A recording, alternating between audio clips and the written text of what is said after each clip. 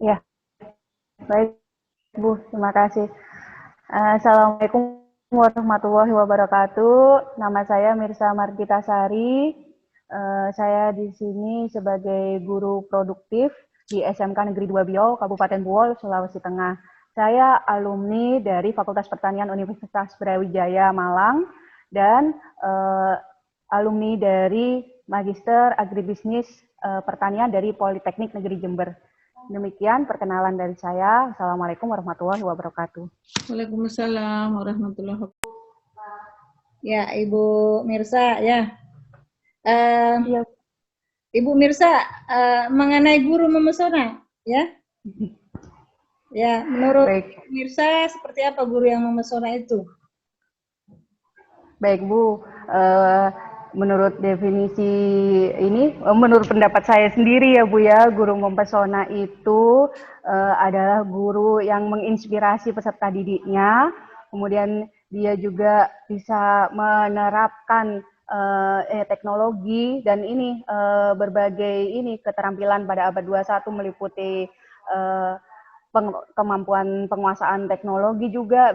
Selain itu juga tidak hanya center teacher, jadi tidak hanya di depan, guru tidak hanya di depan seperti abad sebelumnya, seperti sebelum-sebelumnya, tahun sebelumnya. Jadi guru bisa menjadi center, jadi menjadi perhatian, bisa berkeliling di tengah, di belakang, dan bisa menginspirasi peserta didik terutama seperti itu. Jadi bisa hmm, menguasai peserta didik dan merangkul semua peserta didik tanpa memandang ininya status sosialnya juga. Seperti itu Bu Indrayani. Hubungannya dengan kepribadian, Bu?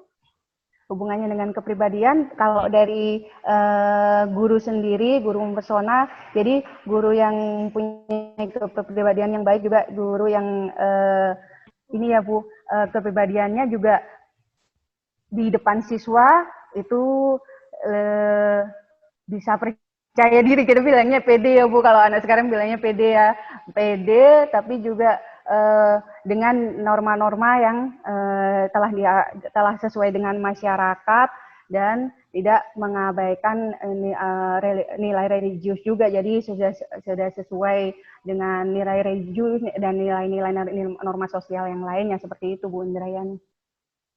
Nah, kalau menurut Ibu Mirsa, apa Ibu sudah bisa dikatakan guru yang memesona, Bu? Baik Bu, saya sambil share juga pengalaman saya ya Bu Indrayani ya. Jadi saya mengajar SMK itu 5 tahun di Jawa, di Bondowoso Bu, di Bondowoso Jawa Timur. Kemudian 2 tahun baru di Sulawesi Tengah Bu, di Buol. Selama ini saya mendapat dari peserta didik, eh, ini guru inspirasi saya. Saya kaget apa yang menjadi inspirasi kalian. Ternyata seperti ini. Saya sudah mengantarkan beberapa siswa setiap tahun itu menjuarai kompetisi kewirausahaan dan juga karya ilmiah nasional di Kementerian Pertanian Bu Indrayani, seperti itu, hingga siswa ini bisa mendapatkan sertifikat dari Kementerian Pertanian, sertifikat penghargaan, dan bisa melanjutkan ke Politeknik Pembangunan Pertanian. Itu yang bisa saya sampaikan. Karena terus terang Bu, kalau untuk di Buol Sulawesi Tengah memang ini penguasaan materinya sangat kurang, baik pengetahuan ataupun keterampilan, akan saya tingkatkan lagi. Saya belum dapat gelar inspiring teacher kalau di sini masih Bu. Jadi saya berusaha dengan PPG ini, dengan pembelajaran dari PPG ini yang nanti akan saya sampaikan materi ajarnya supaya bisa meningkatkan kompetensi siswa di Kabupaten Buol ini Bu. Sumber referensi dari hasil penelitian ada nggak, Bu? Kalau untuk yang tentang teman sebaya, saya ambil referensi ada Bu. Saya ambil dari Google Scholar.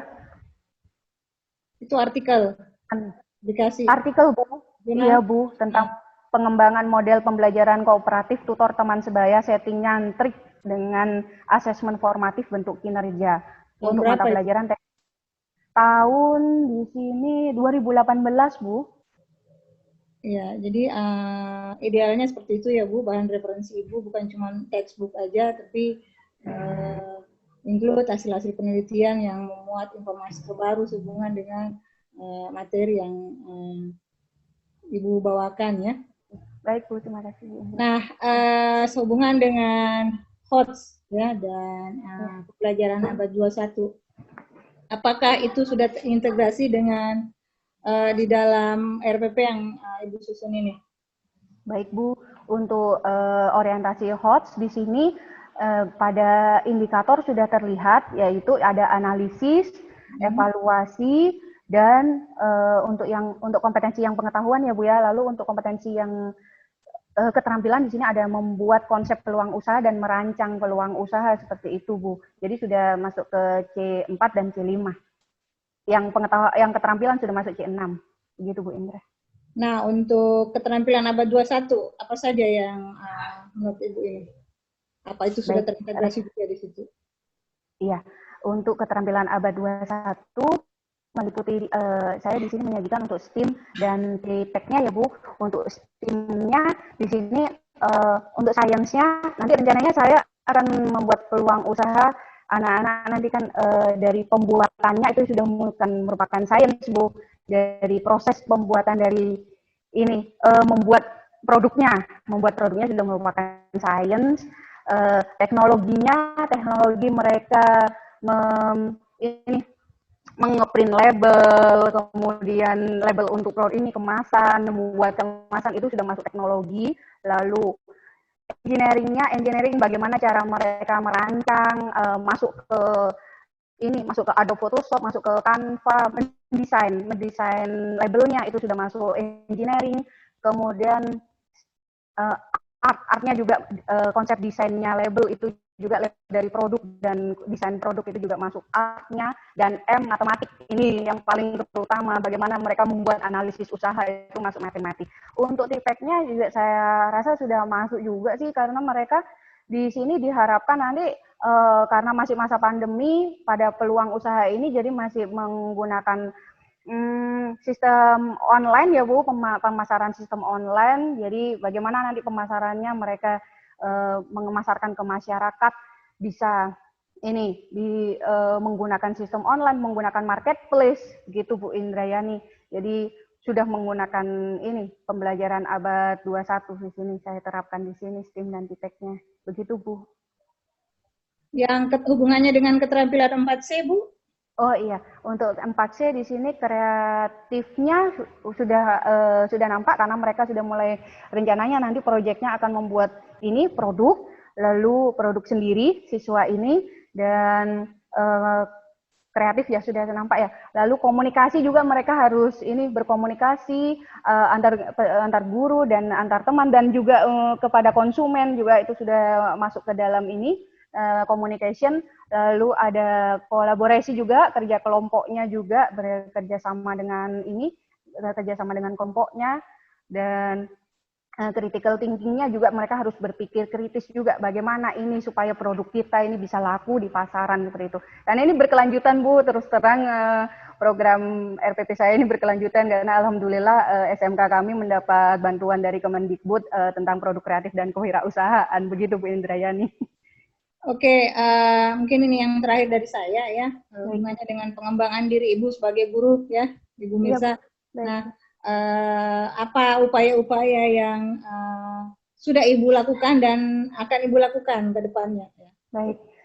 Untuk pengembangan diri saya sebagai guru di sini, karena saya juga guru sebagai pembimbing literasi di sini, jadi saya juga sudah menerbitkan 6 buku Bu, alhamdulillah, meskipun hanya antologi. Jadi sedikit mengajak siswa untuk pengembangan diri di konsep literasi ini, kami ajak membaca, karena gurunya juga sudah menerbitkan tulisan, jadi ayo kita juga sama-sama membaca. Jangan hanya menulis, literasi tidak hanya membaca, tapi juga menulis. Tapi dan apa yang bisa kalian sampaikan dari literasi ini, dari apa yang sudah kalian tulis, itu Bu yang sudah saya kembangkan. Dan beberapa, walaupun saya guru honorer, banyak yang berpendapat guru honorer tidak perlu ikut pelatihan ini, tapi dalam pandemi kemarin karena banyak webinar, banyak pelatihan dari P4TK juga, alhamdulillah sudah saya ikuti. Dan Ya, saya di sini juga dilibatkan tim produk kreatif dan kewirausahaan. Makanya saya ambil ini Bu, karena saya menguasai ini Bu Indrayani. Alhamdulillah saya masuk dalam tim produk kreatif dan kewirausahaan, dan alhamdulillah juga ditunjuk untuk menjadi pembimbing lomba begitu Bu Indrayani. Untuk pembuatan artikel, saya baru membantu teman Bu, kan teman yang teman yang ikut guru berprestasi, tapi waktu itu masih di Jawa gitu, seperti itu. Oke, terima kasih Bu Mirsa. Saya kira cukup dari saya. Iya Bu, terima kasih Bu Indra. Terima kasih Bu Mirsa. Baik Bu. Ibu bisa menceritakan apa pentingnya konsep ABCD di dalam penyusunan tujuan pembelajaran? Baik Bu, ABCD dalam dalam penyusunan konsep tujuan pembelajaran di sini supaya jelas tujuannya dan siswa itu bisa jelas diidentifikasi. Dari konsep ABCD di sini adalah audience, behavior, condition, degree. Jadi audiensnya itu adalah peserta didik supaya jelas siapa tujuannya untuk siapa. Peserta didik kelas 11 di sini yang untuk tujuan pada RPP saya. Jadi bukan dari kelas lain, jadi bukan dari kelas ini. Jadi khusus untuk peserta didik kelas 11. Dan untuk behaviornya meliputi yang tertulis dalam IPK Bu. Jadi menganalisis ciri-ciri peluang usaha itu termasuk dalam behavior. Jadi jelas nanti kita tujuannya untuk apa. Oh, jadi peserta didik kelas 11 behaviornya mampu menganalisis ciri-ciri peluang usaha. Kondisinya bagaimana? Condition di sini kalian nanti melakukan pembelajaran ini melalui apa? Melalui diskusi atau melalui literasi dan melalui kajian informasi atau melalui hasil pengamatan. Jadi dengan kondisi apa kalian bisa mewujudkan tujuan akhir dari pembelajaran ini, dan degree dengan baik, dengan teliti, dengan seksama bagaimana tingkatannya kalian dalam mewujudkan tujuan pembelajaran ini. Begitu Bu Lukmu. Oke, Bu Mirsa. Baik, berikutnya Bu adalah di mana ini? Untuk di penilaian, iya Bu. Ya, untuk di penilaian saya kira Ibu sudah itu. Nah, berikutnya untuk C4-nya, di sana Ibu ada 3 konsep, yaitu konsep teori pembelajaran atau teori pembelajaran, yaitu yang masuk untuk pembelajarannya Ibu ini masuk di konsep yang mana? Apakah masuk di behavior, kognitif, ataukah konstruktivis? Yang Ibu lebih banyak menggunakannya itu pada saat Ibu mengajar. Baik Bu. Menurut saya teori dalam rancangan pembelajaran saya adalah konstruktivistik Bu Lukmu. Karena semua siswa menurut saya sudah tahu itu peluang usaha, sudah tahu Bu, konsep tentang peluang usaha sudah tahu. Jadi bagaimana caranya supaya mereka bisa menyusun peluang usaha itu sendiri, mereka yang belum tahu. Nah ini harus dilakukan dengan cara praktik, bagaimana mereka bisa aktif berpikir, bisa mencari sendiri di sosial media, bisa melakukan literasi sendiri, bisa mencari-cari referensi sendiri. Lalu kami sebagai guru hanya membantu. Di sini konsepnya seperti itu, membantu bagaimana bisa terwujud proyek yang nanti akan kita hasilkan nanti ujungnya nanti kan proyek Bu, ini Bu, proyeknya untuk nanti peluang usahanya bagaimana anak-anak ini seperti itu. Oke. Untuk yang Ibu ajar sekarang ini sudah adakah yang ciri-cirinya yang mereka sudah mulai berusaha? Untuk usaha sudah banyak yang berusaha Bu, cuma saya belum bisa mendeskripsikan sebagai produk kreatif Bu, karena produk kreatif kan harus mempunyai ide khusus, ide yang ini ya, ciri khusus begitu. Jadi saya belum bisa mendeskripsikan sebagai produk kreatif seperti mereka menjual bibit, membeli bibit kemudian menjual kembali, lalu jual kue seperti itu Bu. Tapi jadi sudah ada yang melakukan sebagai pelaku. Alhamdulillah sudah ada Bu, ada pelaku sebagai ini.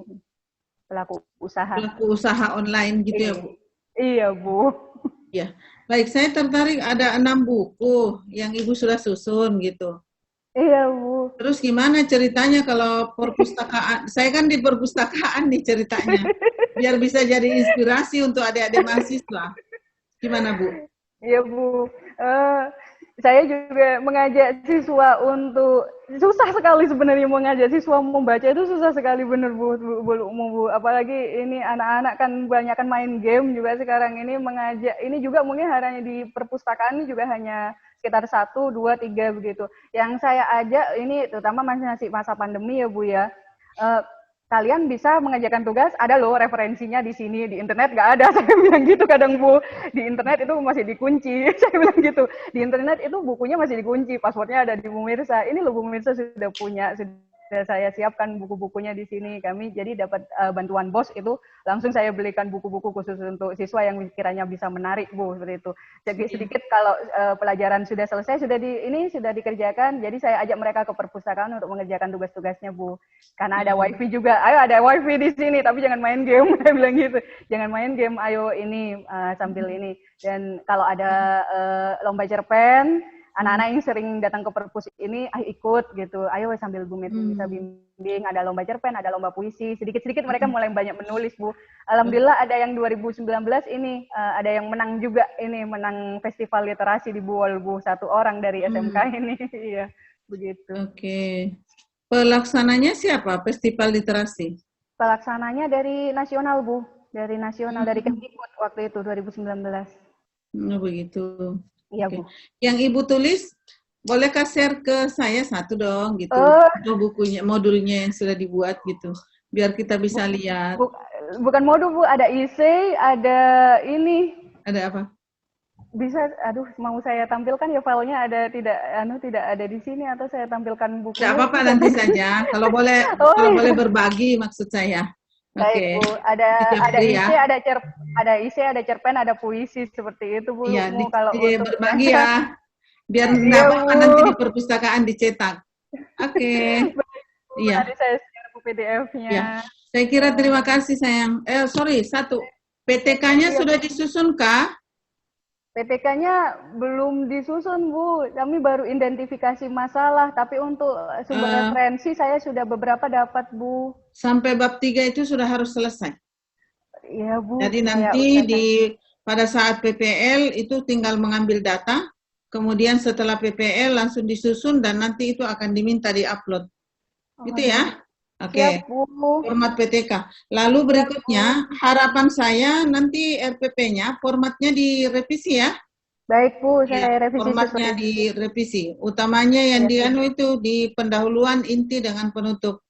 Baik, Bu, di langkah-langkah ya, Bu ya. Iya, itu harus direvisi. Baik, terima kasih. Saya kira cukup, Bu Mirsa. Bu Indra juga sudah cukup ya. Ya, terima kasih Bu Indra. Terima kasih. Iya.